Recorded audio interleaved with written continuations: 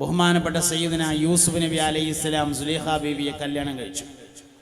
അതിലൊരു സംഭവമുണ്ട്. അതെന്താ വെച്ചാൽ 25 വയസ്സായിട്ട് ചെറുക്കനെ കൊണ്ടൊരു പെണ്ണെട്ടിക്കണമല്ലോ എന്നോ, അല്ലെങ്കിൽ 19 വയസ്സായിട്ട് അല്ലെങ്കിൽ 20 വയസ്സായിട്ട് പെണ്ണിനെ കൊണ്ട് ഒരു പുതിയാപ്പിളക്ക് കൊടുക്കണമല്ലോ എന്നും ആലോചിച്ച് വാപ്പ കല്യാണം അന്വേഷിച്ച് ഇറങ്ങുമ്പോഴാണ് കല്യാണത്തിൻ്റെ ചരിത്രം ആരംഭിക്കുന്നത് എന്നാണ് നമ്മുടെ വിചാരം.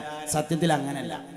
ഒരു മനുഷ്യൻ്റെ ജനനത്തോടു കൂടെ അവൻ്റെ വിവാഹത്തിൻ്റെ ചരിത്രം ആരംഭിക്കുന്നുണ്ട് എന്നാണ്. അത് പറയാനാണ് യൂസുഫ് നബിയുടെ ചരിത്രം. യൂസുഫ് നബി അലൈഹി ഇസ്ലാം പുതിയാപ്പിള പോവുകയാണ് മിസ്ർക്ക്. എങ്ങനെയാണെന്ന് നിങ്ങൾ കിണറ്റി ചാടിയിട്ട് ചാടി. യൂസുഫ് നബിക്ക് അറിയോ ഞാൻ പുതിയാപ്പിള പോവുകയാണെന്ന്? അറിയില്ല. കൊണ്ടയിട്ട കാരണന്മാർക്ക് അറിയോ പുതിയാപ്പിള കുട്ടീനെ നബി കാട്ടണമെന്ന്? അറിയില്ല. അങ്ങനെ വള്ളിമക്കൂടെ കയറ്റിയിട്ട് കൊണ്ടുപോയ കച്ചവടക്കാർക്ക് അറിയോ നമ്മളെ നാട്ടിലെ പുതിയാപ്പിളിനെ നബി കൊണ്ടുപോകണമെന്ന്? അറിയില്ല. അങ്ങനെ ചന്തയിൽ കൊണ്ടുപോയി വിൽക്കാൻ വെച്ച കച്ചവടക്കാർക്കറിയുമോ പുതിയാപ്പിള കുട്ടിയാണ് ഇരിക്കണതെന്ന്? അറിയില്ല. എന്നാ അല്ലേ? ആണ്. പുതിയാപ്പിളല്ലത് ആണ്. എന്നാ ഓൽക്കത് അറിയോ? അറിയില്ല. ഇതന്നെയാണ് നമ്മളൊക്കെ ജീവിതത്തിലുള്ളത്. നമ്മളെ വിചാരം എന്താ വെച്ചാൽ ഓള് ഇന്നലെ കടന്നു വന്നതല്ലേ എന്നാണ്. അല്ല, ഇന്നലെ കടന്നു വന്നതല്ല. ഇത് നിങ്ങൾക്ക് മനസ്സിലാവണമെങ്കിൽ സൂറത്തുർ റൂമിൻ്റെ 21-ാമത്തെ ആയത്തിലാണ് പെണ്ണെട്ടാൻ പറഞ്ഞിട്ടുള്ളത്. സൂറത്തുർ റൂമിൻ്റെ 21-ാമത്തെ ആയത്തിലാണ് പെണ്ണെട്ടാൻ പറഞ്ഞത്. ഒമിൻ ആയാത്തിഹി, അള്ളാഹുവിൻ്റെ ദൃഷ്ടാന്തങ്ങളിൽ പെട്ടതാണ് അൻ ഖലഖലക്കും, നിങ്ങൾക്കവൻ പടച്ചിരിക്കുന്നു എന്നത്. മിൻ അംഫുസിക്കും, നിങ്ങളുടെ അൻഫുസിൽ നിന്ന് അസ്വാജൻ, ഇണകളെ. ലിതസ്കുനു ഇലൈഹ, നിങ്ങൾ സമാധാനത്തോടുകൂടെ ജീവിക്കാൻ വേണ്ടി. വജഅല ബൈനക്കും, അതിനുവേണ്ടി അള്ളാഹു നിങ്ങളുടെ ഇടയിൽ ആക്കിയിരിക്കുന്നു മവദ്ദത്തൻ, മവദ്ദത്ത് എന്നതിനെയും വറഹ്മത്തൻ, റഹ്മത്ത് എന്നതിനെയും ആക്കിയിരിക്കുന്നു. കുടുംബജീവിതം മിൻ അവ്വലിഹി ഇലാ ആഖിരിഹി ഈ ഒരൊറ്റായത്തിലുണ്ട്. എത്ര കണ്ട് വിശപ്പുണ്ട് എന്നറിയില്ല. നിങ്ങൾ ഇതൊന്ന് ശ്രദ്ധിച്ചു നോക്കി. കുടുംബജീവിതം മുഴുവനായും ഈ ആയത്തിലുണ്ട്. മൊത്തത്തിൽ ഇതിലുണ്ട്. ഈ ഒറ്റായത്ത് മതി. നമ്മൾ സാധാരണ മലബാർ ഏരിയയിലൊക്കെ ഉള്ള ആളുകളുടെ ഒരു വർത്താനാണ് പെണ്ണെട്ടിയാൽ കാല് കെട്ടി, അല്ലെങ്കിൽ പെണ്ണെട്ടിയാൽ ആള് കുടുങ്ങി എന്നുള്ളത്. ലിതസ്കുനു ഇലൈഹ എന്ന് പറഞ്ഞാൽ കുടുങ്ങാൻ എന്നല്ല അതിൻ്റെ അർത്ഥം. സമാധാനത്തോടു കൂടെ ജീവിക്കാൻ എന്നാണ് ആ വാക്കിനർത്ഥം. ഖുർആൻ ഒരു കാര്യം പറഞ്ഞിട്ടുണ്ടെങ്കിൽ അത് 100% ശരിയായിരിക്കണം. പിന്നെ എന്തുകൊണ്ട് കുടുങ്ങുന്നു എന്നതിൻ്റെ ഉത്തരം ഖുർആൻ പറഞ്ഞ മാനദണ്ഡം പാലിച്ചിട്ടില്ല എന്നുള്ളതാണ് കുടുങ്ങിയതിൻ്റെ കാരണം. തിരിയുന്നുണ്ട് എന്ന് വിചാരിക്കുന്നു ഞാൻ. എന്തേ കുടുങ്ങിയത്? കുടുങ്ങിയതിൻ്റെ കാരണം ഖുർആൻ പറഞ്ഞ മാനദണ്ഡം പാലിക്കാത്തതാണ്. ഇനിയിപ്പോൾ ഏതായാലും കെട്ടിപ്പോയില്ല, ഇനിയിപ്പോൾ ഇങ്ങനെ കണ്ട് അഡ്ജസ്റ്റ് ചെയ്ത് ജീവിക്കന്നേന്ന് തീരുമാനിക്കുകയാണ്. അങ്ങനെയാണെങ്കിൽ അഡ്ജസ്റ്റു ഇലൈഹ എന്നാണ് പറയേണ്ടത്. തസ്കുനു ഇലൈഹ എന്നല്ല പറയേണ്ടത്. അഡ്ജസ്റ്റ് ആണെങ്കിൽ അഡ്ജസ്റ്റ്മെൻ്റ് ഒന്നും പറ്റൂല. അതൊന്നും ഖുർആൻ പറഞ്ഞിട്ടില്ല. ഖുർആൻ പറഞ്ഞതിൽ തസ്കുനു ഇലൈഹ എന്നാണ്. സക്കീനത്ത് എന്ന് പറഞ്ഞാൽ സമാധാനം എന്നാണ് അതിൻ്റെ അർത്ഥം.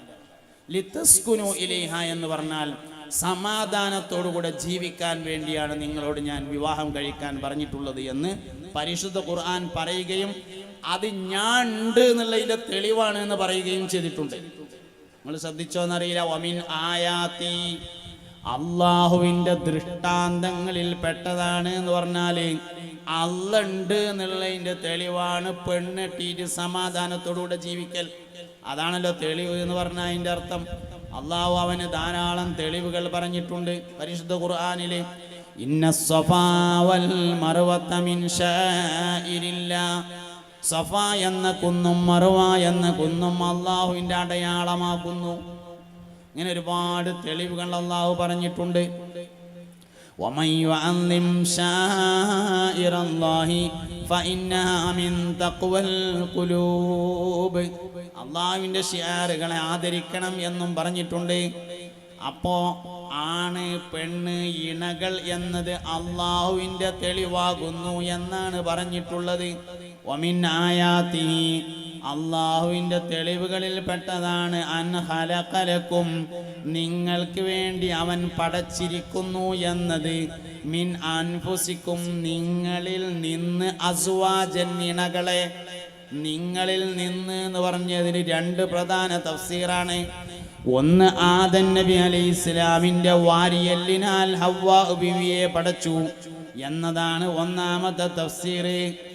എന്നാൽ വളരെ പ്രധാനപ്പെട്ട രണ്ടാമത്തൊരു തഫ്സീറുണ്ട്. നിങ്ങളുടെ മനസ്സിൽ നിന്ന് നിങ്ങളുടെ ഇണകളെ പടച്ചിരിക്കുന്നു എന്നതാണ് രണ്ടാമത്തെ തഫ്സീർ. നല്ലോണം ശ്രദ്ധിക്കണേ മുഅ്മിനീങ്ങളെ. ഒരു മനുഷ്യന് രണ്ട് മനസ്സുണ്ടാകും. ഒന്ന് പുരുഷന്റെ മനസ്സുമുണ്ടാകും, ഒന്ന് സ്ത്രീയുടെ മനസ്സുമുണ്ടാകും. ഏത് മനുഷ്യനും രണ്ട് മനസ്സുണ്ട്.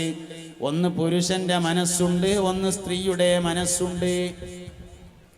പുരുഷന്റെ മനസ്സിൽ സാധ്യമാകുന്ന കുറെ കാര്യങ്ങളുണ്ട്, സ്ത്രീയുടെ മനസ്സിൽ സാധ്യമാകുന്ന ഒരുപാട് കാര്യങ്ങളുണ്ട്.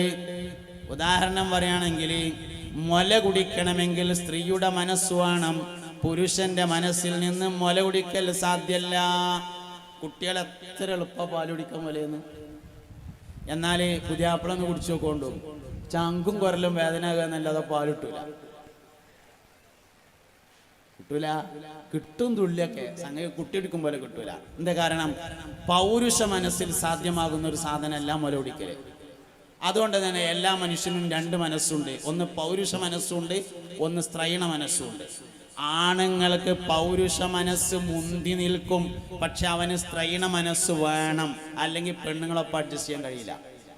സ്ത്രീകൾക്ക് സ്ത്രൈണ മനസ്സാണ് ഉണ്ടാവേണ്ടത്. ഇടക്കൊക്കെ പൗരുഷ മനസ്സും ഉണ്ടായിരിക്കണം, അല്ലെങ്കിൽ ഭർത്താവിൻ്റെ കൂടെ അഡ്ജസ്റ്റ് ചെയ്യാൻ പറ്റൂല.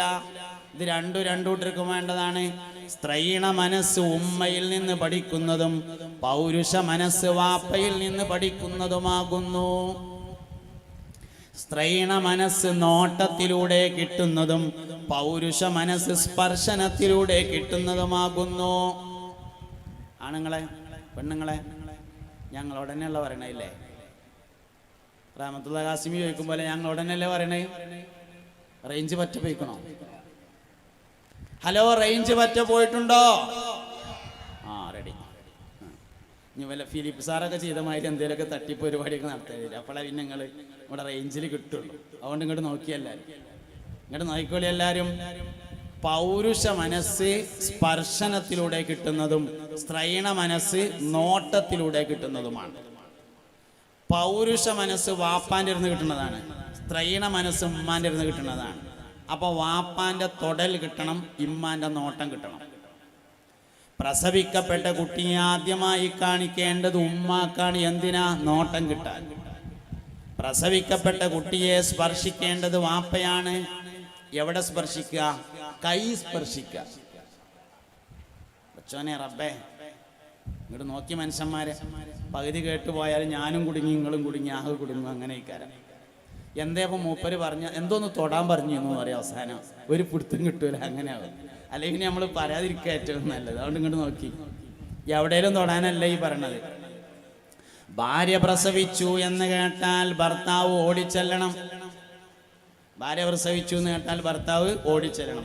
എയർ ഇന്ത്യക്ക് എക്സ്പ്രസിന് എടുത്താൽ മതി, പൈസ കുറഞ്ഞിട്ടോ. വേഗം ചെല്ലണം. ചെന്നിട്ട് എന്ത് വേണം?